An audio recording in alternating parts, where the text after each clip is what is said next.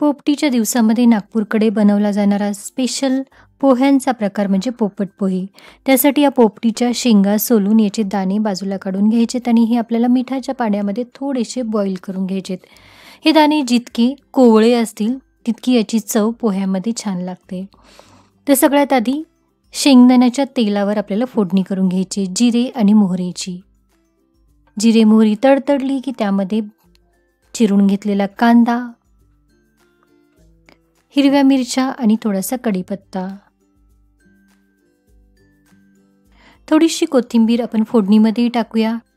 आणि इथे भाजलेले दाणे किंवा शेंगदाणे तुम्ही तळून घेतले तरीही चालतील. आणि हे उकळून घेतलेले पोपटीचे दाणे आपल्याला यामध्ये घालायचेत. थोडेसे हे परतले की यामध्ये थोडीशी हळद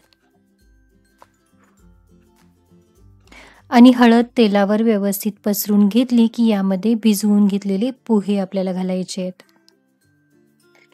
चवीप्रमाणे मीठ आणि पोह्यांना एक वाफ काढून घेतली की वरून थोडीशी साखर आणि लिंबू आणि तयार आहेत आपले नागपूर स्पेशल पोपटी पोहे.